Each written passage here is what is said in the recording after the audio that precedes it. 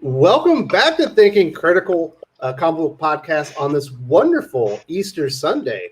Some people might have thought that we would take the day off, but we'd skip last weekend so we could make sure that Arrow and Sparrow was able to make it for this conversation. Basically, we're going to be talking about creating heroic characters for your comic book. This is something that's very important. The key, the backbone to almost every good comic book story is that relatable protagonist, that very well-defined protagonist that people can root for. And is at the heart of most stories. Obviously, you can have maybe the bad protagonist, the protagonist that's gone wrong. But we're going to talk about the basics with this, and we have two wonderful creators to teach this lesson. We have comic book writer for Common America, USAGI, other projects, Mark Pellegrini. How you doing? Doing good. Happy Easter. Happy Easter to you, my friend. And next up, we do have Aaron Sparrow. He's the man behind Darkwing Duck, a very well-defined, recognizable hero in his own right. Also, he basically was the editor across the entire line of Disney products at Boom Studios. So he's worked with a lot of protagonists, a lot of different creators in this field. So, Aaron, welcome to the channel. Oh, thanks. I was going to say Happy Easter, but Mark already did that, so. Only one of us can say Happy Easter. That's right. I guess I'll wish everybody an agreeable Easter. So the first thing we'll go through, let's just talk about the types of heroes that you have. Obviously, this is a limited list. You can have different types of heroes. These are the basics. You got your everyman. That'd be kind of like your Spider-Man, your classical hero, your Batman. The hero, he's good at something. He's not really good at everything. Batman's not really super powered. He's more of a classical hero. Your epic hero, which is going to be like your Superman, maybe Wonder Woman. We've got your tragic hero, like your Hulk. Some people might think that Batman's kind of a tragic hero, but Batman doesn't ruin everything when he tries to help. That's more of a Hulk thing. Then also you have your anti-hero, the hero I personally like the most, or the type of hero, which would be Wolverine. Certainly Batman has some anti-hero in him. Aaron, what's your favorite type of hero? What do you think about the types of heroes? I think you've hit the pretty much all of the main tropes that we've gotten when it comes to heroic fiction. I think that you're kind of giving me a Sophie's choice here in that I kind of like the entire buffet. A hero that like Spider-Man, who's an everyman. Everyman heroes are very easy to identify with. Your classical heroes, like Batman, also just very kind of like hit that mainstream appeal. But then there's your epic heroes, which is kind of getting back to like the myths of the gods and things like that. So your characters like Superman and Wonder Woman, and those are great aspirational heroes for you to kind of like look up to. And then everybody loves the anti-hero, because they're kind of the underdog in a lot of cases. Like Wolverine is very strong. He's got a healing factor that, keeps him from suffering any kind of like mortal injuries for the most part. But he feels all the pain of those injuries. So it kind of gives you a different perspective. So I think that each one in their own right, I can't really decide on a favorite. How about you, Mark? Do you have a favorite type of hero to write? Well, when it comes to the kind I like to write, I agree with Aaron that there's room in my heart for all the different varieties, and it would be boring if all types of heroes were the same. I like writing the classical hero, the one who's very much got a code, a moral code, and stands by it. As much as I like anti-heroes, the Wolverines and Punishers, that almost feels like writing on easy mode because they don't have a line to cross because a line doesn't exist. They'll shoot people, they'll stab people, they'll kill people. They don't care. Whereas the classical hero, they have to self-impose their own limitations, and then you as the writer have to hold them to those limitations. And while it's more challenging, that also makes writing the character, more fun. And you have to keep the rules in mind, because if you're writing a classical hero that has a set of principles that you've established, you can't veer off of those unless you want to wholesale change the character. And it's important to keep in mind when you're developing the hero that you want for your story. You have to determine which type of hero that you're going to be developing, so you can create characteristics and traits and flaws. All those things are going to flow into that type of hero and flesh them out. To when you have them in the end state, you have a well-defined, identifiable hero type. Mm-hmm. So now that we've talked about the types of heroes, let's get into some of the interesting components. Now, I think most people are going to consider their hero a protagonist, but within their story, that's not always how it's going to be. It depends on who's looking at the hero, whether they're a protagonist or the antagonist of the story. We can look at like a character like Nightcrawler, who, due to his appearance, is initially perceived to be a villain because he doesn't look, all that human. He has a little bit of a devilish form to him. So normal people on the streets are not going to just see a heroic character when they look at him. So when you have him interacting with people, you're going to have to take that into account. Or like a Batman or a Daredevil are going to be perceived by villains to many people, like in law enforcement, because they're vigilantes and they're going outside the law, even though they are protecting people. Aaron, how important is it to understand how the people in the world that you're creating are going to see your hero, and that maybe it's not always going to be in a heroic light? Well, and that's something that's really been lost in current comics, is because every hero is the bestest and every hero is beloved and every hero is, that people are writing is just, everybody thinks very highly of them. And that's just simply not the case. That's not a realistic kind of viewpoint. And it's funny to talk about realism when we're talking about comic books, but there is a certain amount of human emotion that has to be real and has to be accurate in order for people to connect and to find the stories, to suspend disbelief and to enjoy these stories. So a character like Nightcrawler, who, by the way, is my favorite X-Man, has a lot of appeal because he has that outsider status. People look at him and they judge him by his appearance. His appearance is, like a classical demon. So, people tend to look at him and they don't see him as a hero because people tend to think of heroes as being attractive and being, upstanding and looking like, basically like a god, like a Greek god. And Nightcrawler breaks that type. So you're going to have conflict for him right out of the gate. And conflict is the most important thing in your story. So I think that when you have a character like Batman or Daredevil who kind of rubs up against the norm, rubs up against, what society expects or, that's where you get like a really nice little bit of conflict for your character that can carry you through your entire story. And it has to be a part of their story. That's like part of the character progression and the obstacles that they overcome. That's one of the ways that you can create obstacles, is the way that people within the world, if they don't understand exactly what their actions are, they're going to start perceiving them by the way they look. And I think that's a good way to really, develop characters and build up those obstacles and those moments where they might fail, or they can look at themselves and be like, why would I be a hero? Look at me, look in the mirror. When people see me, they see a demon. I think it just adds to the fabric of the character. I agree. The first step to writing characters that feel real is to study people and to look at, the world around you and how different people react to different things and incorporate that into what you're writing. If you write everybody with the same viewpoint or with your viewpoint, your stories are going to be very boring.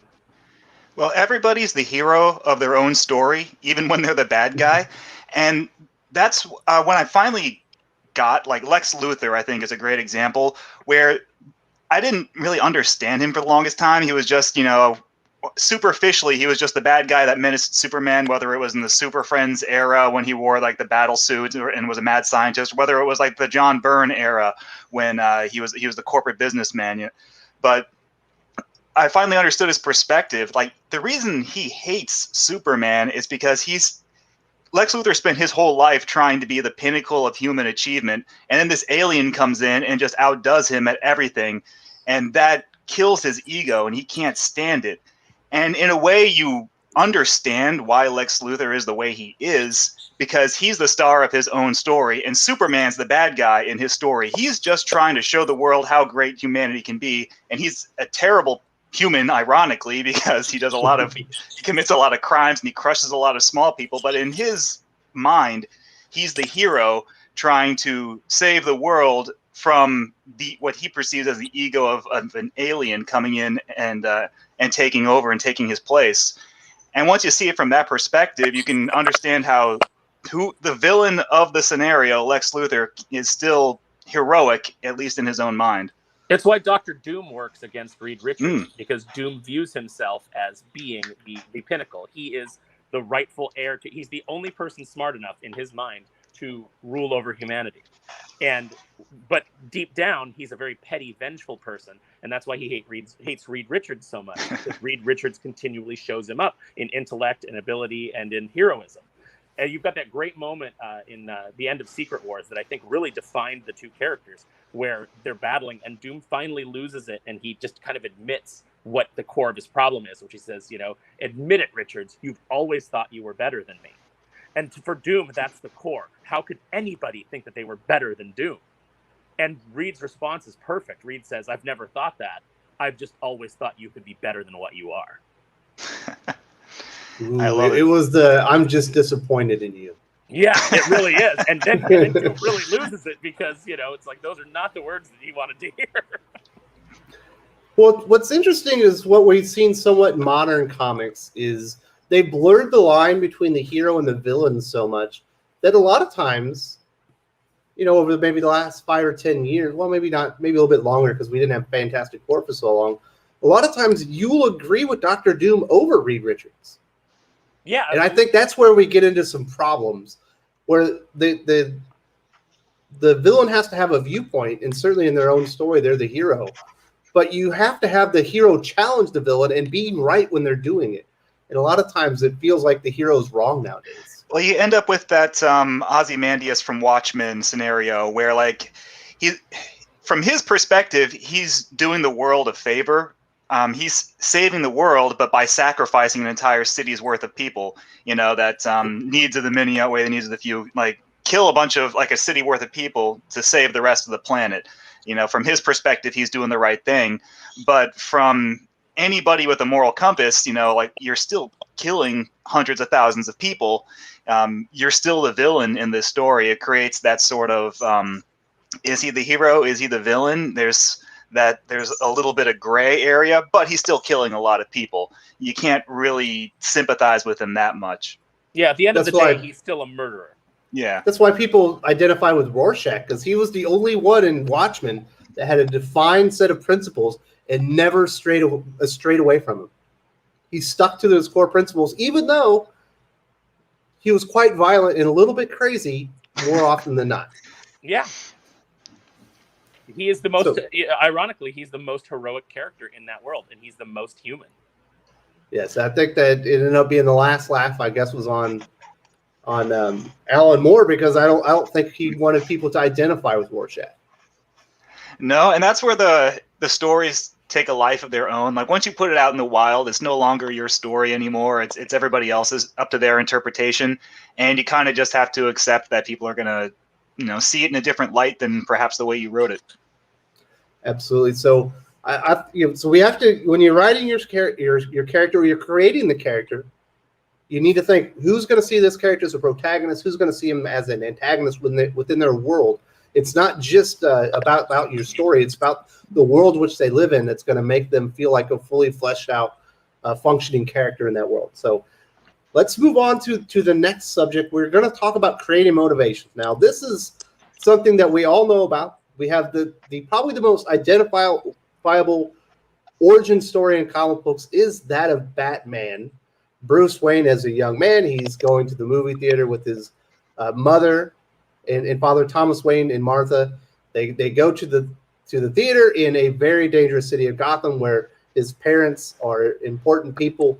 They're kind of socialites. They're trying to help people out, and his father gets murdered in an alleyway. His mother gets murdered as they're trying to steal her pearls, and that is essentially the origin of Batman himself.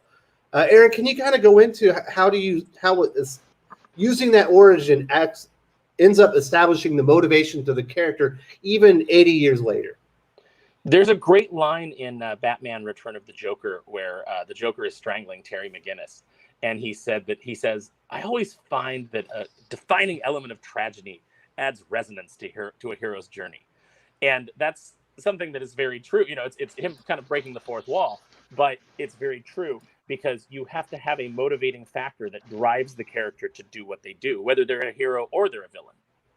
So in the case of Batman, we all know that origin. His parents are murdered in front of him, and it scars him deeply, and he decides that he is going to do what he can to make sure that this doesn't happen to anybody else. Now, there's two interesting ways to do it that have kind of like varied over the years. Sometimes the movie that they're seeing is Zorro, and they come out of the theater, and Bruce is very excited, and he's pretending to be a swashbuckler, and then his parents are gunned down in front of him, and he can do nothing about it. So there's that kind of like that added little wrinkle.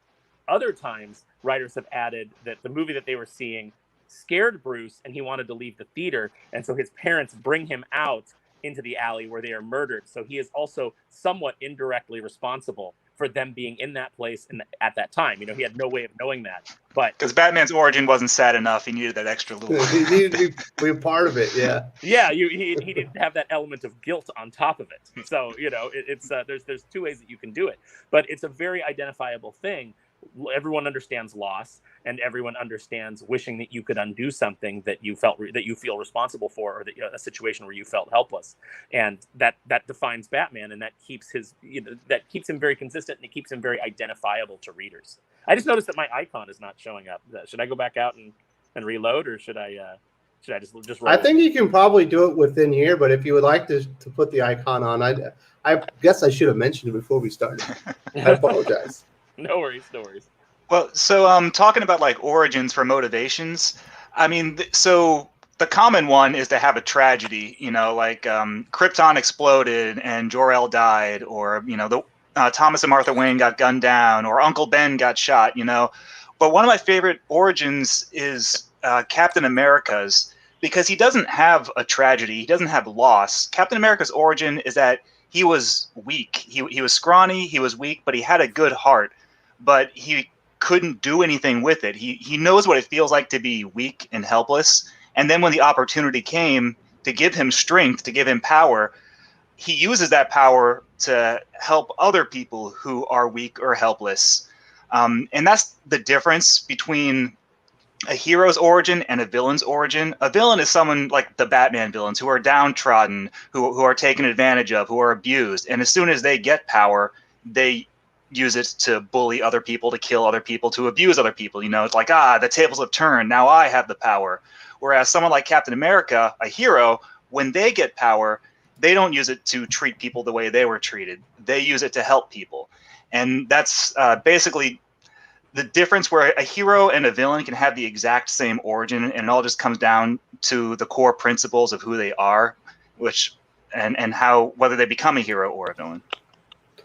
Yeah, it's interesting. Yeah, so Aaron's back. I do want to talk about one origin that, you know, if you think about it, it should have been a perfectly fine origin. That's Riri Williams' Ironheart, basically the replacement for Iron Man. And you can think that I think what Brian Michael Bendis was trying to do when he created the origin of Riri was the character's motivation is that they were told, you can't do that. Like, you will never be able to be, you aren't smart enough, you're not rich enough to ever be able to be Tony Stark, Iron Man. And being told that you can't do something is a good motivation for anybody. We can all identify with that. You know, I'm sure there are times, Aaron, you've been told you're just not capable of ever doing that. And that's motivated you to go prove those people wrong. And that's something that we can all identify with. But Brian Michael Bendis threw the extra wrinkle in to where Riri Williams forces her teacher to tell her she can't do that, even though the teacher doesn't believe it. That should have been on last week's video of like 5 worst pages, because that was terrible. Absolutely. Yeah. But that changes an identifiable origin that should lead or could lead to a hero, and it makes it very villainous, because it feels like they're forcing the motivation, and they're forcing people to tell them things that they don't actually believe. She couldn't succeed because she wanted to. She could only succeed if someone told her she couldn't do it. It's like she wasn't oppressed, and she could only persevere if she was oppressed. So she had to ask someone to oppress her. It's just really bizarre. It's not inspiring because that organic element isn't there. I mean, it's like I said, it was forced. And that's why everybody who read that, the moment they read that, it just felt off. It didn't read like a superhero origin. In a way, it almost read like a supervillain origin. It was that tone deaf. Yeah, because it's based in narcissism, and that's not the trait. That's not a heroic trait. She needed a bad guy. She needed her teacher to become the villain to motivate her to be a hero, essentially, in this scenario. She couldn't just be a hero of her own volition. And that strikes me as the character having something broken inside their moral fiber, that they need to have a bad guy in their history. Whereas most heroes don't want a villain. If they could just go out there and fight fires and save kittens from trees without any criminals in the way, that would be great.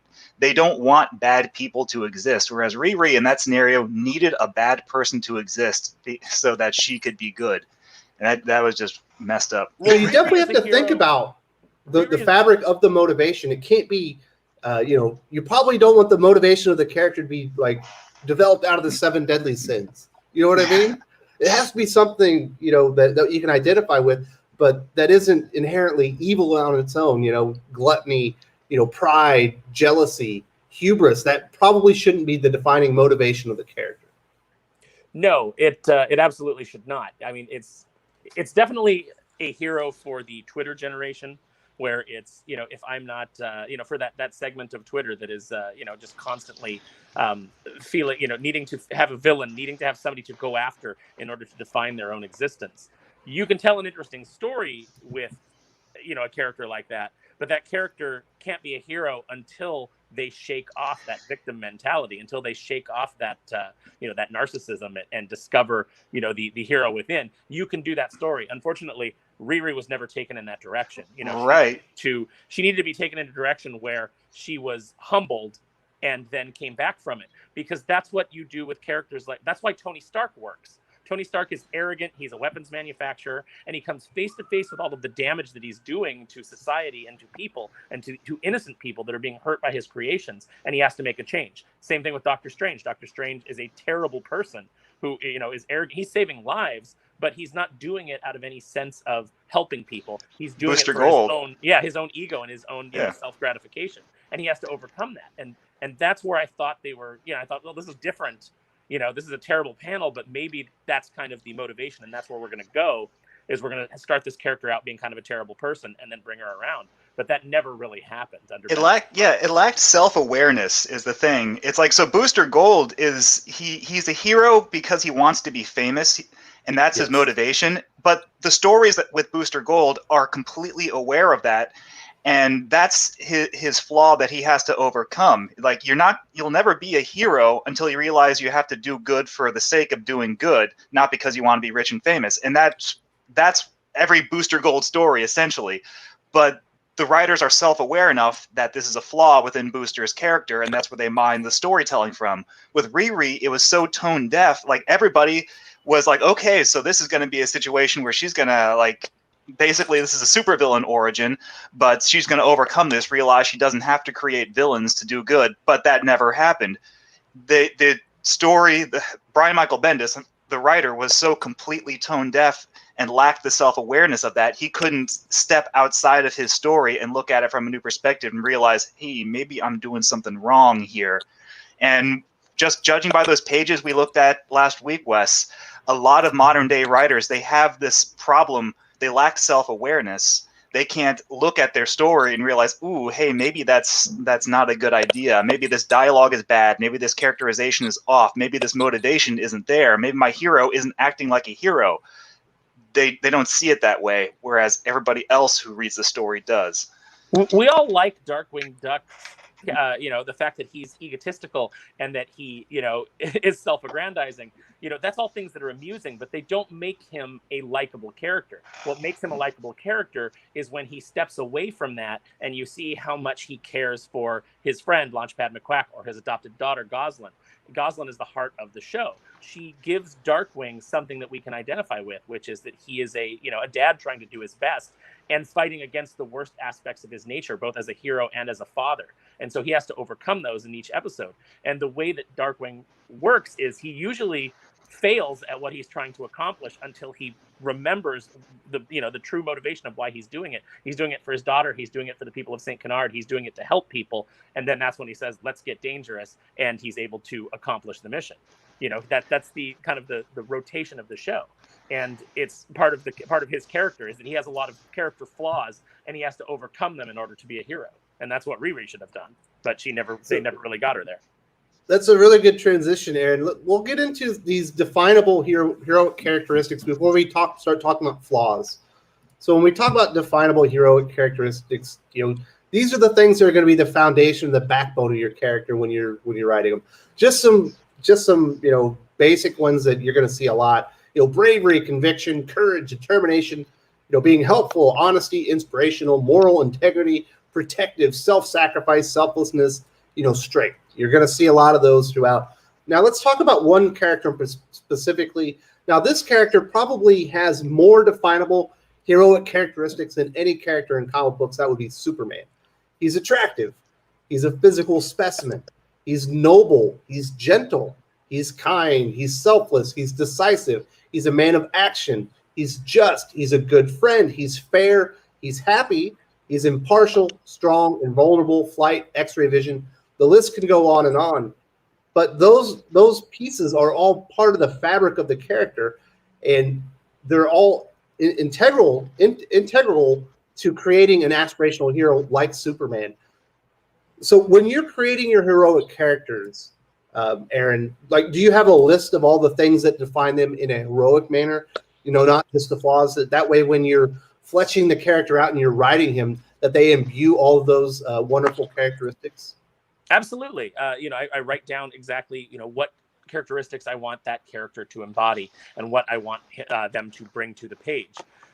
That's going to help you when you're developing your story. It's going to help you understand the way that your character should be reacting to things.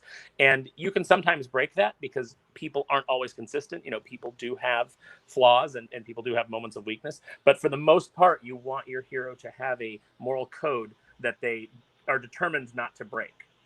Once you break it, your story is going to go in an entirely different direction, and you can then tell a redemption story where you have to bring your hero back from failing to live up to their own standards. But they have to have that belief system in order to do that.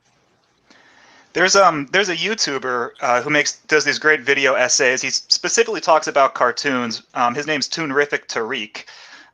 But he had this one really great observation that I always keep in mind whenever you're writing any character, heroic character, or just villainous character. And his observation was that it's important to know what your character will do, but it's more important to know what they won't do. Like, what line won't they ever cross? And I know that this is a cartoon example and not a comic book example, but it's still one that everybody will know when they hear it. Is that what's the line for Homer Simpson? I mean, he does a lot of stupid things. He does a lot of callous things. He does a lot of mean things. There's a phrase in Simpsons fans called jerk ass Homer. It's when Homer's being a jerk ass. But the line he absolutely will not cross is that he won't ever cheat on Marge. That is his line. He'll do all sorts of bad things, but he will not cheat on his wife. And there have been a whole bunch of episodes where he's been put in a position where he could do it, but he doesn't. And that's the line Homer won't cross. So if they ever write a story where Homer cheats on Marge, as an audience, you know that he just crossed that line, that's not something Homer would do, and everything's being written wrong. And it used to be that way for superheroes. Superman, what was his line? He doesn't kill. Except that time when he did kill in John Byrne's run, where he killed the Phantom Zone criminal Zod, and everybody points to that precedent now, he broke Zod's neck in Man of Steel, but that's okay because look, there's this comic book example where he killed people, so Superman can kill all the people he wants now because we have this precedent. No, that was out of character when John Byrne wrote it back in the 80s, and it's out of character now. It's like whenever Batman kills someone, they'll point to oh, look, I found this issue of Detective Comics from the 1930s where he snaps a guy's neck. He has a gun. And he has a gun. Yeah, he shoots the monk in the face with the gun. So it's okay for Batman to use guns and to kill people because we found this precedent. No, that was bad for Batman when it was written then, and it's bad when you're doing it now. You know that line, and when you cross it, Spider-Man making a deal with Mephisto, the devil, to erase his marriage, but to save Aunt May's life. That story will never read well, no matter how many excuses you make for it. One more day will never be a good story because that Spider-Man Peter Parker would never cross that line, make a deal with the literal devil, even if it was to save Aunt May's life. He would not do that. And the problem is that once you add something to your character's history, it's there forever. Anything you have to acknowledge it. And so many writers, especially in comic books, because they go on forever, is that they will try to either retcon it, like, oh, Hal Jordan didn't become Parallax and kill all those people. He was possessed by a fear demon called Parallax, and that's what killed all those people. It's not Hal's fault. And it reads badly because it's a retcon. You can tell, like, oh, Aunt May didn't really die. She, it was an actress that Norman had given plastic surgery to, and the real Aunt May was in a basement the whole time. Retcons never read well. They take you out of the experience. They take you out of the narrative. But the worst thing you can do is just pretend it never happened. Like right now, the IDW Ninja Turtles comic, they have this character named Alopex, and she used to be a villain, and she killed a lot of people. But then they wanted her to be, right? Yeah, she was an assassin for the Foot, and she killed a whole lot of people. But then they decided they wanted her to be a good guy and be Raphael's love interest. So let's just pretend she never killed anybody. Let's just never bring it up again. And now she can be cute, and she can be funny, and she can be sassy, and she can be one of the good guys, and we'll just never talk about all those people she murdered. And that's annoying too. Leonardo or Donatello would never be like, Raph, you know that you're dating a murderer, right? Right? Yeah, let's just pretend it never happened. So when you write a story where your character crosses the line, if you write that story where Homer cheats on Marge, or you write that story where Batman kills someone, that's going to be part of their history forever. So you have to be 100% sure you want to do that, because there's no takebacks. And without having to do a retcon that'll read even worse, just remind people how bad that story was. I'm going to disagree with you on Green Lantern Rebirth. I think that was the one of the only examples of a character being absolved of bad decisions and bad writing that worked. It was the absolute best they could have done. I mean, Jeff Johns, he did the best he could. Mythology, an entirely new mythology in order to explain away that decision. Yeah. So just the sheer amount of work, I've got to respect it, because I think it did work on some levels, but it's sad that the character was ever put in that position. Exactly. I mean, I don't envy what Jeff Johns had to do in that position. He was basically, the editor said, like, hey, Jeff, you've got to restore Hal's honor and make it so that he never actually killed all those planets of people.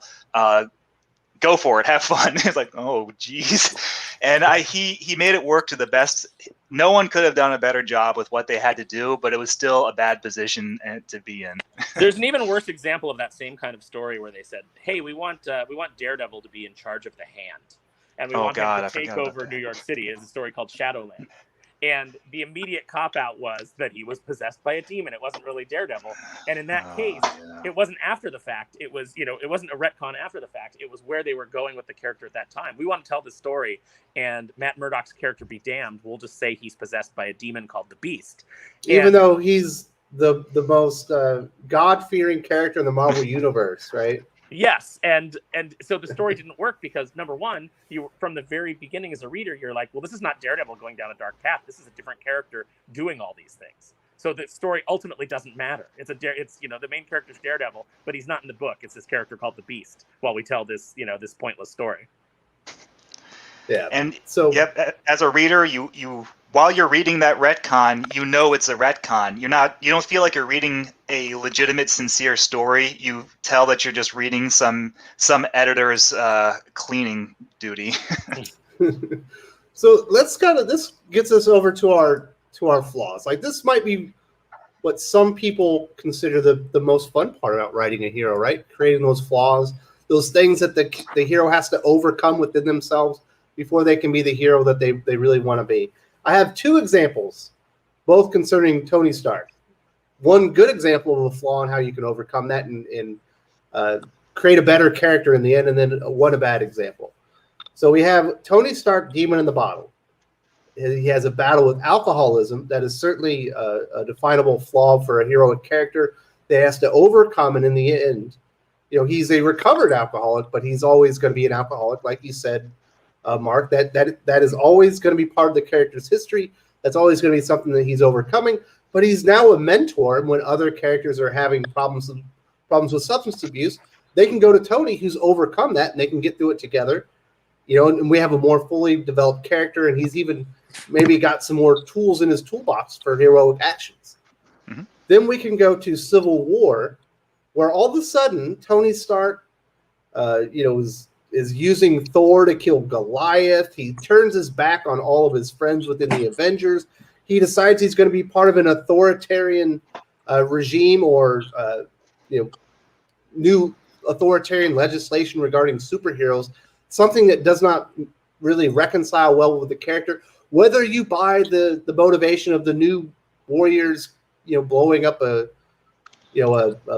where they blow up? I think they blew up a park or no, maybe it's like it a was playground, like right? When it was a was it neighborhood or Speedball something. blew up or something, or yeah, something like that. But it didn't make sense with the character, and from that point on, Tony Stark essentially in the MCU or in Marvel Comics has been a villain because it was bad character flaws that didn't make sense with the character, and he never overcame them, and he's just a villain now. It's crazy.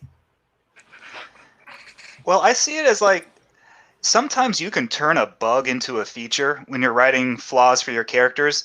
And it's like, well, what Aaron and I are just talking about was that's what Jeff Johns did with Green Lantern Rebirth, was that Hal Jordan going crazy and killing all those people was definitely a bug. And he turned it into, I mean, literally a bug, Parallax, but he turned it into a feature by basically creating, his entire run on Green Lantern, where he created the different colored lantern cores, and he created the spectrum of entities that Parallax was one of, and he just he rewrote from the ground up the Green Lantern mythology and turned it into one of DC's best-selling books. He took a bug and he turned it into a feature. And when it comes to writing flaws for characters, the way not to write them, in my opinion, and this is something Tim and I talk about, and it's how you can tell a badly written character is when their flaws are presented like they're in a job interview. And when you're in a job interview and someone asks you, what's your greatest weakness? Of course, you want to phrase your weakness as a strength. So you're like, oh, I just care too much. Or like, I'm a workaholic. Or I'm too focused on my tasks at hand. Or I multitask too much. You always try to make your weakness sound like a strength. And you end up with, if you're writing your character that way, where your weakness for your character is like, oh, she cares about her friends too much, or like, oh, he'll sacrifice himself to save people. Like, that's not really a weakness. Now, Tony Stark having alcoholism, that's a weakness. That's a flaw. And you can get really specific with your flaws. It doesn't have to be some very like blanket moral problem that a character can have. It can be something like Barry Allen. What's his flaw? Despite being the fastest man alive, he's always late because he's out saving people and helping people. And so ironically, he always ends up being late when he has to go meet Iris or whatever. You have getting into alcoholism again. You had Warbird, Carol Danvers. She used to give Tony a run for his money when it came to drinking, and that was a legitimate flaw that gave her problems as a character, that gave her something to overcome. The current Carol Danvers has no flaws, and she's really boring. Her Captain Marvel era has just been really, really boring. Well, she has some flaws. They just don't define them as flaws. She exactly. basically was running a prison camp without due process and was arresting people for thought crimes, before they had done it. So she's got some serious flaws that have never been addressed, and it's part of what has ruined her character. Absolutely. Yeah, creating flaws in your character and then not acknowledge them by the characters around them. If you see someone that's an alcoholic and you're supposed to be a hero and you don't mention it, it's kind of weird that the other heroes, and you almost define the heroes around them as being part of the problem. It's like that terrible animated Killing Joke adaptation. Ooh. Where they added that prologue about Batgirl, that completely original like first half of the story, and there's that scene where Barbara's angry because Batman like breaks up with her. And she sees a boyfriend and a girlfriend having an argument, and the boyfriend just tells like the girlfriend, like, I'm telling you, I just need some space. You're smothering me. And so she goes and grabs the guy and like breaks his arm and smashes his face into a bush. And she basically takes her frustration with men out on this guy. And that's that lacked self-awareness, because that just makes you dislike Barbara. Like, wow, Barbara just completely wrecked this random bystander who wasn't doing anything wrong. He was just telling his girlfriend he needed some space. So when she gets shot by the Joker later on in the movie, you don't have the sympathy for her that you're supposed to, because all you can think about is her just randomly beating up a dude who didn't do anything wrong. Oh, and now she's getting shot. Well, it sucks that she got shot, but she also wasn't that good of a person to begin with. So if you have a character doing something like that, you also have to know the consequences that your readers are going to have, their impression of the character. If Barbara is someone who flips out and beats up random strangers because she's angry at all men, then that's going to color the audience's perspective of Barbara. And maybe when something bad happens to Barbara 5 minutes later, the audience isn't going to feel so bad for her. It also undercuts the tacked on kind of triumphant ending they tried to give her, where they show her, coming back and redefining herself as Oracle. Even though she's in a wheelchair, she is still, going to be heroic. But you've already established that the character is not very heroic. The character is very selfish. The character is very reactionary. Mm-hmm. And so that triumphant moment rings really hollow, and you don't care. And to make you hate a character that is as rich and as sympathetic as Barbara Gordon, it's just, again, it was just tone-deaf writing. And it was just one scene, one little scene can completely skew everything. If they had just cut that part out of her just beating up on a random dude, then maybe I'm not going to say it would have worked, because there's a lot of bad things about the Killing Joke adaptation, but it would have helped if they just hadn't put that one little thing in there. Well, anytime you put Barbara and Bruce together, they tried to do it in the animated series, comic books. Anytime you try to put them together, it's just gross. It's just gross, and it doesn't work. And that's Bruce Timm and his OTP that he just won't let go. Yeah, it's really bad, and I absolutely hate it. It makes Bruce disgusting. It makes, and especially in the Bruce Timm version, where not only is Bruce sleeping with his best friend's daughter, who he knew when she was underage, but it's also the fact that she's dating Nightwing. And so it makes her a terrible person because she's cheating on Dick Grayson. It makes him a terrible person because he's betraying a friend. It's just gross all around. I know that's totally I totally sidetracked away, but I just could not get through this conversation without. No, those are flaws. That's when you're incorporating flaws that you're taking away from aspects that could be heroic, and you're painting the character more in a villainous light. That's very important. And it serves no purpose in the ultimate story, because does it make your character better? Does it add anything to the story? It doesn't. It just gives you a distaste for the hero. It gives you a distaste for their actions. So, Aaron, I know you have to leave here in a few minutes, correct? Yes. Unfortunately, it is Easter, and Aaron does have some plans. Is there anything else that you wanted to get out there before you had to head out? And you and I are going to talk about this a little bit later in the week, so you can, because you have more stuff to say about heroes. Yeah, absolutely. No, just want to wish everybody a happy Easter. Thanks for coming to the stream and listening, and just appreciate you all. And next week we're talking villains. Next week that'll be fun. Oh yeah. So, have we talked enough about flaws? Do you have anything else that you needed to say about flaws, Aaron or Mark, before we move on to the next topic? No, I think we covered it. I think we got it. So yeah, this is a good breaking point for me. You guys have a great rest of the show. Happy Easter, man. You too. So let's talk about creating obstacles, as far as character development. So there's certain rules. Obviously, all rules within writing can be broken, Mark. You certainly know that one. But, the villain should probably, within the story, needs to have an upper hand on the hero. It should look like they're going to lose. It should feel like the hero is going to lose, certainly. Which can be harder when you're writing a character like a Superman. And then they should absolutely lose sometimes. And I think that's something where you look at a Captain Marvel, where she does have those character flaws, but she also never loses. And it really detracts from the hero, and there's almost no hero's journey for them to, there's no development. There's no character. I hate Ferris Bueller's Day Off because of that. I mean, I know that that's the point of that story, is that everything goes his way and he always gets what he wants. And that's the joke. I get that that's the joke with Ferris Bueller's Day Off, but I sympathize more with his sister in that movie. Like, I hate that guy. She's and the that's only how one I trying to do the right thing. Yeah, right. She's getting screwed over. Exactly. And she ends up just having everything ruined for her, all because she's just trying to she's being a buzzkill, but she's not wrong. I know we're talking about movies and we want to talk more about comics, but that's how I feel about these these Captain Marvel, Carol Danvers, the modern version of the Kelly Sue DeConnick version, is that they just get everything that they want. Everything goes their way. No one can beat them. No one's smarter than them. No one can outwit them, and that's boring. They're everything that people who have a superficial understanding of Superman, you hear that person all the time who says, like, I don't like Superman. He's too powerful. He doesn't have any conflict.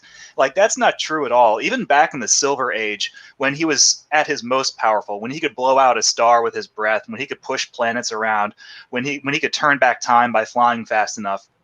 Like, so what the writers did back then in that era was they wrote stories where Superman couldn't overcome the conflict with his powers. He had to outwit it, whether it was something like Lois Lane trying to trick him into marrying her, and he had to figure out a way to outwit Lois.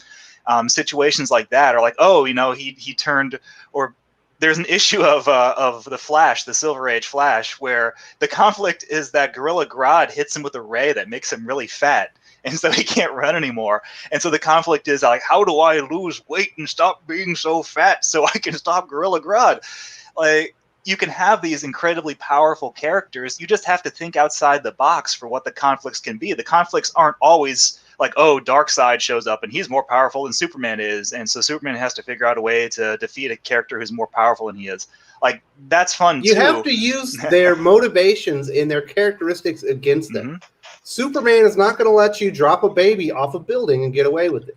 He's going to get the baby while you make your escape. You know what I mean? Exactly. Superman saves people. Superman saves Lois. And there's I think it was the 75th anniversary hardcover Superman omnibus that came out. That was like the best of Superman, all of his stories going back to the 1930s. And a distressing proportion of those stories are ones where he fails, where Superman doesn't save a life, and he's racked with guilt, or he has to betray his moral compass and kill the Phantom Zone criminals, or Brainiac shows up, and it's the new Terminator Brainiac from the 80s that I really like, but he beats the crap out of Superman. And stories where Superman fails are okay when you have them sparingly, but when you're reading like a best of Superman omnibus and every story is him losing, it just kind of like wears you down. I can't quite remember where I was going with that, but yeah, Superman, he has to overcome those problems, but he has to overcome. You have to put him in a no-win situation. Like, you got to do this or this.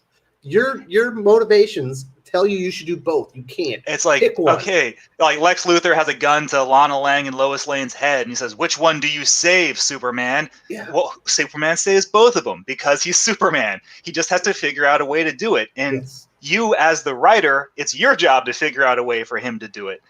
And that's the difference between, I think, a good writer and a bad writer. A good writer will think outside the box and come up with a way for Superman to save Lois and Lana. A bad writer will have Superman make the choice and only save Lois, and Lana gets shot in the head. Oh, blue, blue, blue, Superman's sad now. Like, that's a crappy writer, in my opinion. Yeah, you have to use the characters' strengths against them. That's why you create good conflict. And then once they overcome it, it feels like they've done something. And that's something that's really important, Mark, is that in the end, when the hero wins, the hero should earn the victory.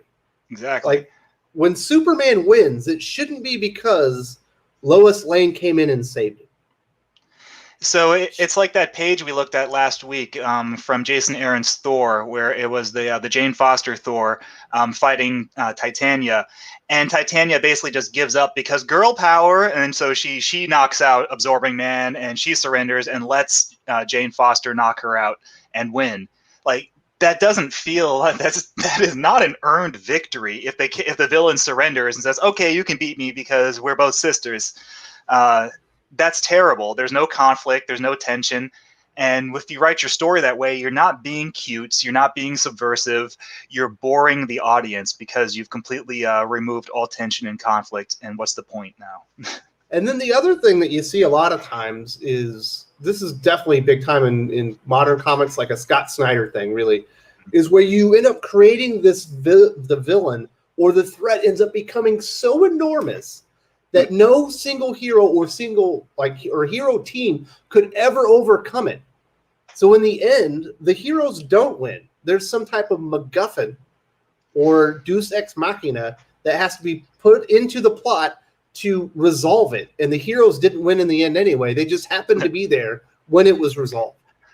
I like Infinity Gauntlet. I mean, it's one of my favorite events, but I hate the way it resolves itself, where they just tell Thanos, like, hey, Thanos, we know that you have the powers of a god and you can rewrite reality and you can do whatever you want, but you're going to lose anyway because you're the bad guy and you always lose. It's a psychological condition. You just don't want to win. And Thanos is like, my God, you're right. I don't want to win. Here, here, take the Infinity Gems. I don't want them anymore. Unless the hero's characteristics and motivations are of like a psychiatrist, they didn't earn the victory. Right? You can talk the villain down, and that can be an interesting story in and of itself, where the villain does have godlike powers, and the hero can't defeat the villain by punching him, but the hero can talk the villain down and talk them off the ledge, and that can solve it. And I think Infinity Gauntlet did a decent job. That's why I don't hate Infinity Gauntlet. I don't necessarily like that ending so much. I think I dislike that ending because it also meant that you could never use Thanos again after that story, which of course they use Thanos over and over again after that story. But now, yeah, right. Yeah, exactly. But that's also you end up in a Steven universe situation where, like, oh, Steven's crying, and so now the villain's crying, and now the villain's not a villain anymore, and the villain's surrendered because Steven cried. Like, oh, now Steven's crying again, the villain's crying again, like over and over, rinse and repeat. The hero cries, the villain gives up. And it's a great trick, but you can only use it once. If that becomes your end-all solution to your conflicts, it gets boring. And then you have kind of weird stuff where the villain and the conflict does not in any way like partake in the motivations of the characteristics of the character. Like you think about Batman, his defining characteristic is justice. You know, I don't think he's so much revenge like Punisher. I think he's more, he wants justice. He doesn't want any more kids, to lose their parents in Gotham. Yeah. Like that's his motivation. So if you have a storyline where, I don't know, where like a politician maybe is buying up property because he wants to turn it into a mall, but he's doing it legally, but people are, he's evicting people. Well, that's not very nice. But technically, it's within the letter of the law. Why would Batman interject himself into something like that? Unless there's a team of henchmen that are going and terrorizing people and threatening to murder them, Batman shouldn't even intervene in that. That has nothing to do with his mission. And that's the thing, is like you right there just solve the problem in that story by adding an element that gives Batman a reason to be there. There's an episode of Batman the Animated Series where the villain, who was voiced by Ed Asner, I can't remember his name, but he was like a corporate villain. And he was sending his henchmen into Crime Alley and the surrounding neighborhoods to force people out with arson. And that gave Batman a reason to inject himself into the story. If the henchmen weren't going and burning down buildings and to force the people to evacuate so that the corporate executive could buy the land for cheap and then redevelop it into something profitable, Batman would have no reason to be there. But the villain was doing things illegally, underhandedly, that were, I think Leslie Tompkins was the one in that episode who was going to get blown up in the building. And that's obviously an old friend of Batman's, of Bruce Wayne's. So the writer, they created a reason for Batman to be in that conflict. If it was just some guy buying land and redeveloping it and forcing the people out, but legally, because he was like buying them for fair market value for their land, but using eminent domain to force them out. Yeah, that guy's a piece of crap, but he's not breaking any laws. Oh, but he's sending bad guys in there to blow up everybody's houses and kill them. Okay, now Batman can do something. Now he has a reason to be there. There's no reason a writer shouldn't be able to come up with a motivation for the hero to be in the story. That's your job as a writer. So Kenneth Dowling is saying it's Roland Daggett.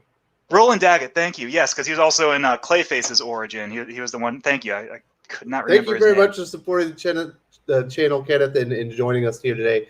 But that's kind of one of the things that I've noticed a lot. I'm sure you've seen it as well, Mark, is that so many of these writers, they want to talk about stuff that isn't within the purview of the mission of the character, but they want to show that Batman or Superman or Daredevil, whoever opposes that thing still, that they just ham-fisted in there, and you're sitting there going, why is the, you know what I mean? Like this isn't something that's Batman. That's not in Batman's wheelhouse. Yeah, I know. It's like, why is there are a lot of episodes, again, I'm thinking of Batman the Animated Series, but the worst episodes of Batman the Animated Series are the Catwoman episodes, because they're all about environmentalism, or they're about like vivisection of animals, and they're all about like unless like conservation. Poison Ivy's there as an eco-terrorist, there's no reason for Batman to be there. Exactly. That's a Poison Ivy story.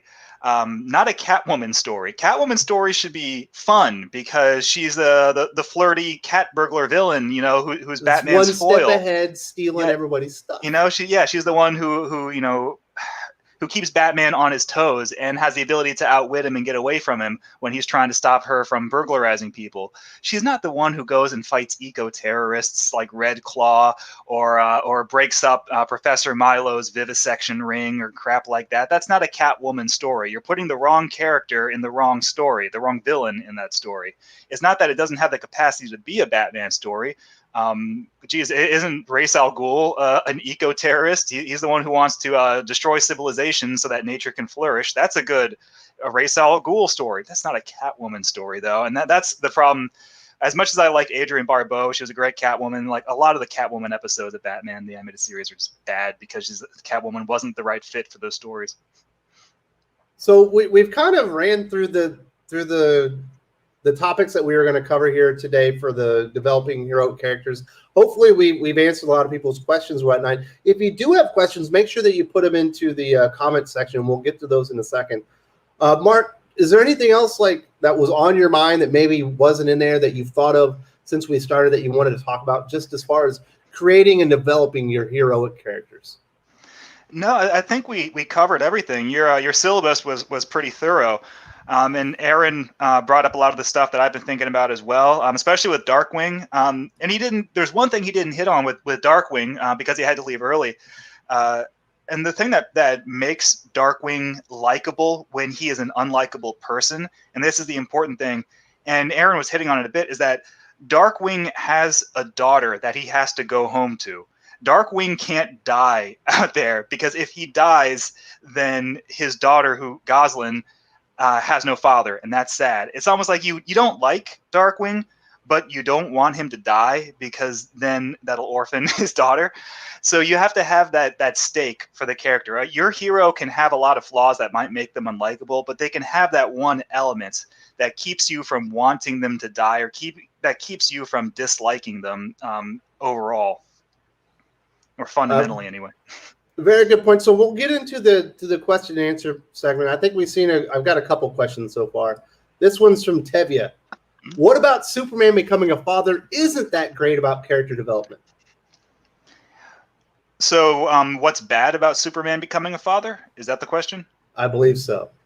I don't really think there is anything wrong with I think it's Superman great character development. That adds an entire new string of things that you can do to Superman to challenge him and put him in a position where he's no longer the person that's strength, because exactly. You've got his responsibilities as a father put in there. But it's also, like we talked about earlier, it becomes a part of his history, and you can't retcon it and take it away. I mean, he was a father for a little while, again during the Jeff Johns run before Final Crisis or Zero Hour rebooted the history, New 52. He had his son, Chris Kent, for like 5 minutes, and then they rebooted the continuity and took it away from him. And now he has a son again, and that's great.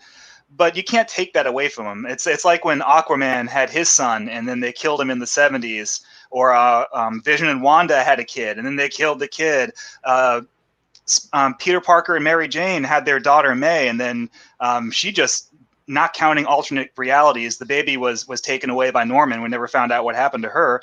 Like, you can't change your mind about that. If your character's going to have a kid and that's going to lead to a lot of great stories, you have to stick to it. I don't really care for Damian, but I do appreciate that they didn't kill him off well, they tried, and they brought him back, but that he stuck around, that they're not getting rid of Damian anytime soon. Batman is still a dad. They're sticking to that. For better or worse, they're not calling a do-over on Batman being a dad. And hopefully it stays that way.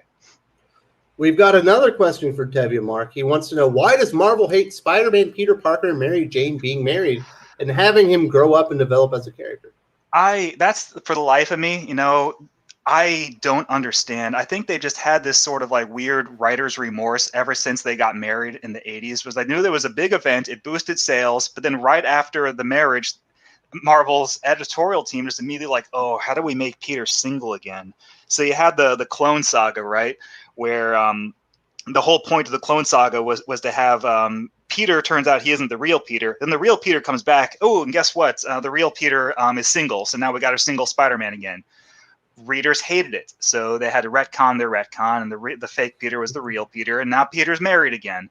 So what did they do? I think it was, again, I keep talking about John Byrne, but it was during his Spider-Man Volume 2 run in the 90s where they wanted to get rid of Mary Jane again. So like, okay, he deliberately wrote Mary Jane to be a total bitch and absolutely unlikable so that the audience would hate her and would want her to go away, and then he killed her in an exploding plane.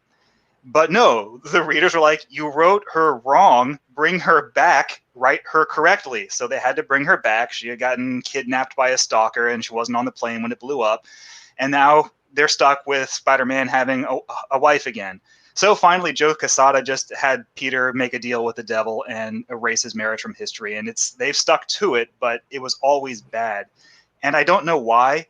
It's this problem with, I think in general, we have this attitude in Western storytelling that when the boy gets the girl and they get married, that's the end of the story. The story is marriage is the end of the story. It's the prince, the Disney princess meets her prince. They kiss at the end of the story. No sequel. Story's over.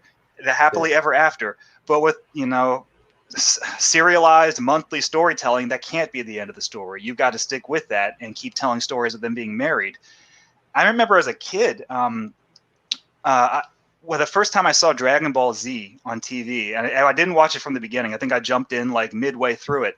But Goku had a wife and a son at the start of that story, at least where we got it in the US in the 90s. And I remember just thinking that was so odd. Like, the story is beginning with the hero being married and having a kid. That's so unusual. Because from a Western perspective, that's where the story ends. The hero gets the girl and they have kids, and that's the end of the story. They have a family. Whereas this show, Dragon Ball Z, was starting there with him having a wife and a kid. And I just remember that being so weird to me, but I didn't know why at the time. So thank you very much for the questions, Tevye. We've also got Santeshi. Mark, how useful do you find the incidentals of a character, i.e. their job, family, friends, and romantic relationships, where they live, for defining heroic characteristics and flaws? I mean, I think that you should know what your character's fundamentals are, and then everything else should be built organically around them, what their hobbies are, what their job is, if they're married, what kind of characters they show romantic interest in. And those all become important facets of the character, but I think they should grow out of who your character is fundamentally. So it's like Barry Allen. He's a forensic pathologist, or what is he? He's a forensic scientist for the police, because he is a person of he's a boring character. He's a square. But he has a good heart. He has a good moral compass, and so he wants to be a police officer, but not necessarily the kind of police officer that walks the beats and carries a gun. But he still wants to help. I think Wally West too. He worked for the Central City Police Department, but not as a cop. He worked in the garage repairing police cars and police vans. That was his way of helping in his day job. He wanted to be a cop. He wanted to help the police, but he didn't necessarily want to be a cop, I guess. But all that stuff grows out of who the character is. Plus, it allows them to be around the police. Mm-hmm. They can hear something's happening, but they don't have to respond themselves. It keeps him in makes the sense. action. Yeah. It's kind of like April O'Neil being a news reporter, at least in Always the a news cartoons. reporter, right? In Gotta the be on the comics, scene. in the original comics, she owned a antique shop, and that didn't really lend itself very well to putting her in the action. April actually sits out a lot of the original Mirage Ninja Turtle comics. But make her a news reporter, that gives her a reason to jump headfirst into the action. It doesn't change her as a character fundamentally. Comic April, cartoon April, they're still the same person. It's just that one job feels more organic to her character, and it gets her into the conflict. There's nothing about April's personality that really screams antique shop owner. That was always a weird thing that Mirage did, and they got out of that pretty quick, and she became like a computer programmer. Mirage April's really boring, but the news Wasn't reporter April thing. O'Neil always whoever Kevin Eastman was dating? Like that's who that character was. The way she was drawn tended to always be whoever Eastman was dating. So he named April after his first wife, who was named April. And then he started drawing her to look like his wife. And then they got divorced. And he never really drew April to look like Julie Strain when they were married, but he drew other characters, especially in Melting Pot, to look like Julie Strain. And then they got divorced. And Kevin Eastman, I don't know the name of his current wife, but he doesn't draw April. He doesn't really draw anything anymore except covers. But yeah, he tends to let his wife influence the way he draws women. So we do have a question from Kenneth Dowling. Thank you so much for supporting the channel. He said, I wanted to say I agree 100% on what you guys said about Daredevil and Shadowland. That was such a cop-out. Matt should have dealt with the fallout of his decisions much more compelling. I think that's really important. If you're going to make a character do something, they have to deal with it. Right. And I know that I was picking on Green Lantern Rebirth. I don't like it just on principle as a retcon, but having read all of the Green Lantern run that came out of that, Hal Jordan, it took him a long time to be forgiven, even though technically it wasn't his fault. He was possessed by Parallax, the fear bug. He didn't really kill all those people. It was still his body being used as the vehicle for all that destruction. And all these other characters, especially the ones he killed who got brought back to life, they basically nah, Hal, I'm not buying it. It's your fault. And he had to carry that. And it motivated his stories for several years, where just the rest of the Corps, even if they understand that it wasn't Hal, they haven't exactly forgiven him because he caused so much damage. Whereas like what they need to do with Wally West. He's a mass murderer now. He's a serial. He killed a lot of people. You have to address that before making him the Flash again, and they didn't. Whereas Daredevil and Shadowland is like, oh, you were possessed by a demon. Okay, not your fault. Let's move on. And that it's like, wow, you had an opportunity to do to maybe get some good storytelling out of that. Even if it is a terrible retcon, you still had an opportunity to polish a turd or find a diamond in that rough, and you blew it. You didn't do it. So yeah. So thank you very much to Kenneth Dowling. We've got a couple more questions here, Mark. Dion asks, why are some modern creators afraid of writing villains being villains instead of overusing the sympathetic villain trope? I don't know. I think that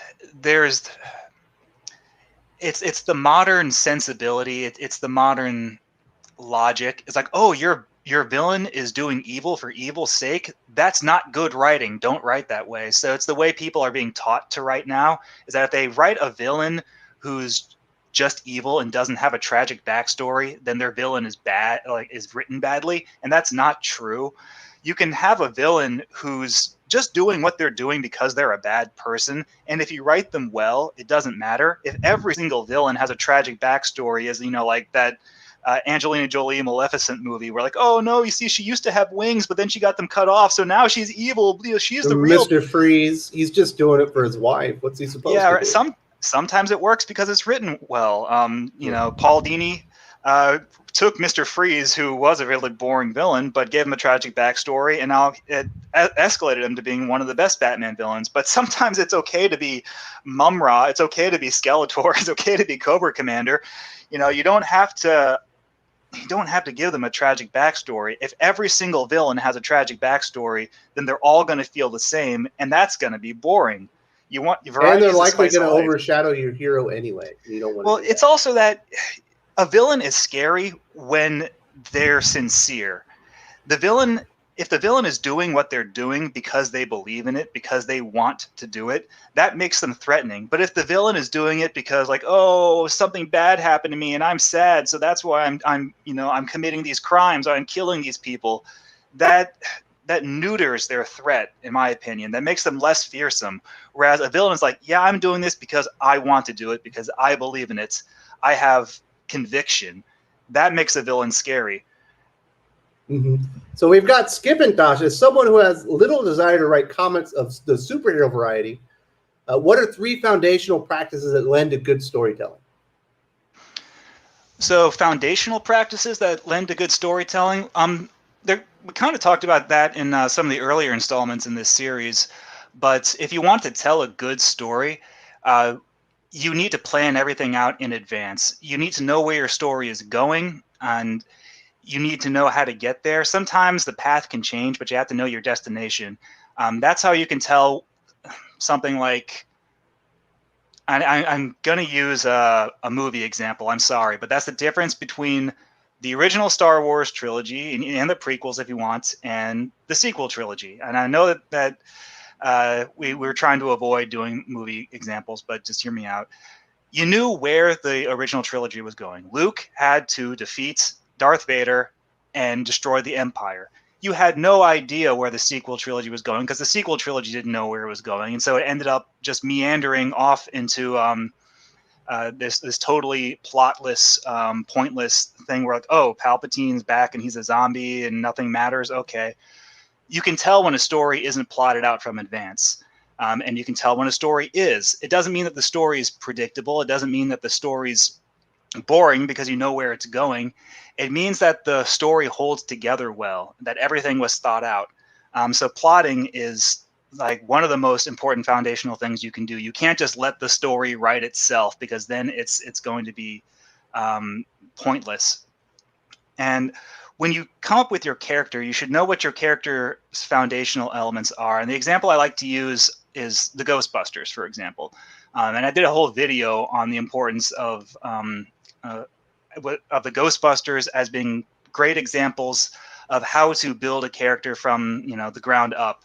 Is that each member of the Ghostbusters represents an aspect of the sciences. Egon is the hard sciences, the STEM stuff, the math, the engineering. Ray is the research sciences, and that's why he's always talking about Tobin's spirit guide, and that's why he's always like mentioning the Tunguska blast of 1909 and citing the Bible and things like that. That's why he owns a bookstore in Ghostbusters 2.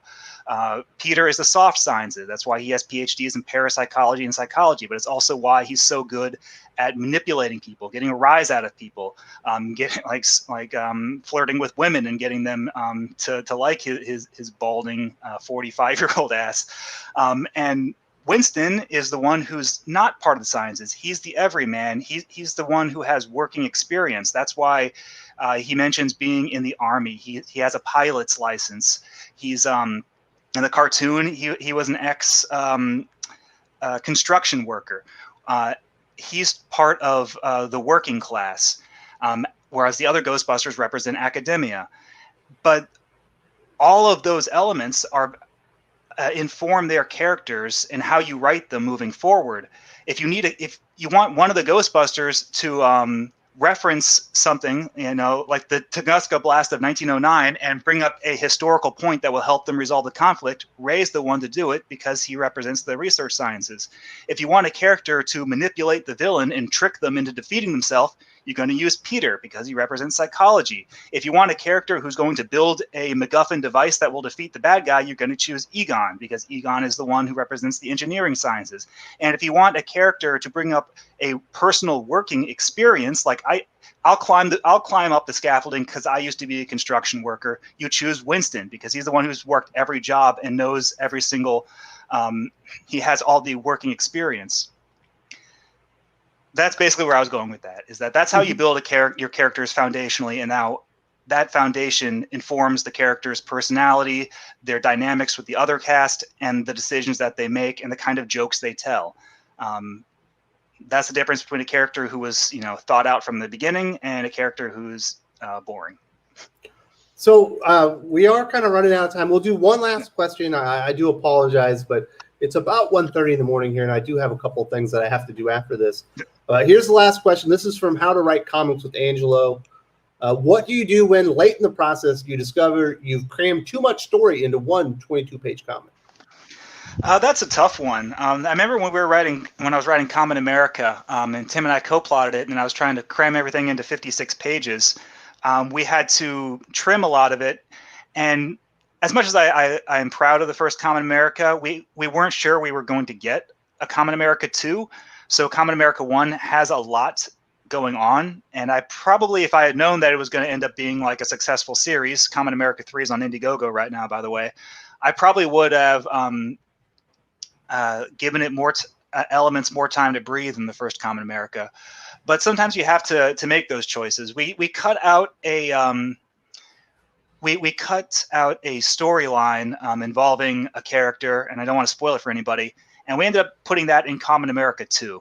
We didn't know we were going to get a Common America 2, and it was hard to cut that scene out because we thought it was a really important scene, but it wasn't the most vital to the plot. So you have to go back and you have to look at your script and try to diagnose the scenes that are the most vital and the ones that are fat. Like this scene where these characters have this jokey shtick is really funny, and I hate cutting a really good funny joke, but is it as important as this scene that moves the plot along?